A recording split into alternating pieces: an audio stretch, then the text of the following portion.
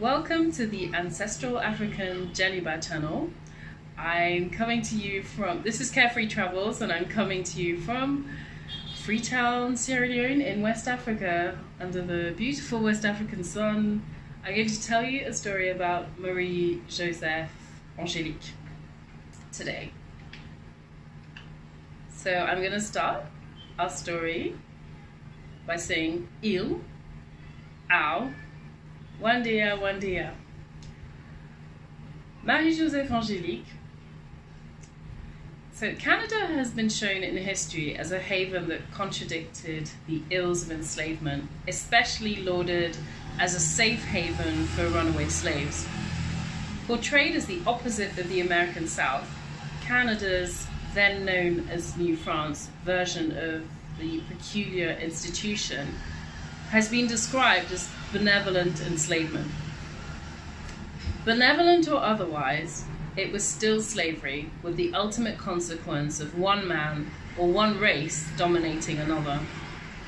Marie-Joseph Angelique was an enslaved African born in the Azores Islands of the northeastern coast of Africa.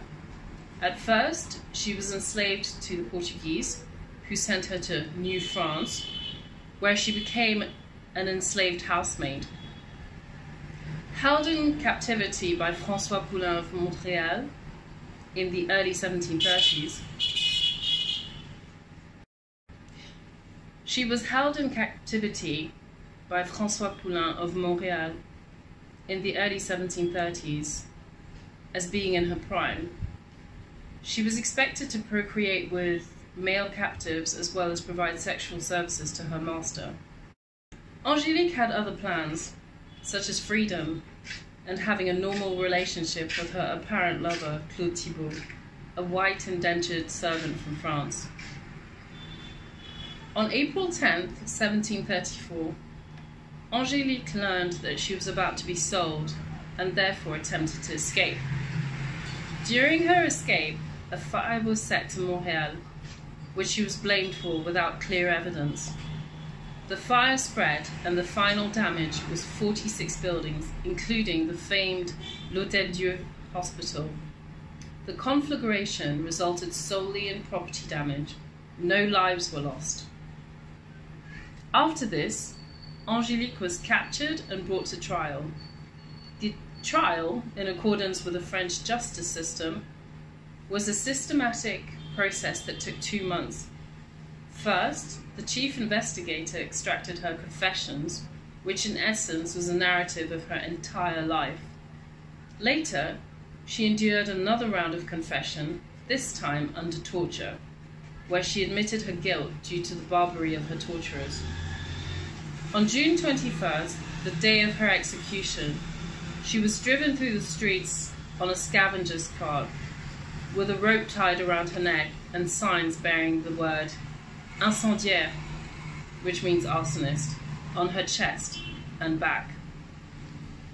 On arrival at the parish church at Place d'Armes, she was made to kneel and beg for forgiveness from the king, God, and her fellow citizens. Then her hand was cut off. Placed back in the wagon, she was taken to the gallows, where she was publicly hanged by the crown executioner. She was summarily burned at the stake, and her ashes were cast to the four corners of the earth. Enslavement in New France was tacitly condoned by the church, which sat silent when benevolence became brutality. The case of Marie-Joseph Angelique, an Azores-born enslaved woman who was tortured and hanged for burning a large portion of Montreal, illustrates the hypocrisy of the church and the nature of slavery in New France, which, when removing the facade of benevolence, was equivalent to the vicious acts perpetrated against the enslaved in the southern United States. So, thanks for listening to today's story. I think being in Freetown just makes me appreciate the fact that, you know, the colony of Freetown was settled by enslaved Africans who and poor blacks, and an array of different peoples who, for some of them, survived enslavement and were given a chance to return home. And look out for our next video, the Returnee Diaries. This is Carefree Travels signing out from Freetown. It's been a pleasure.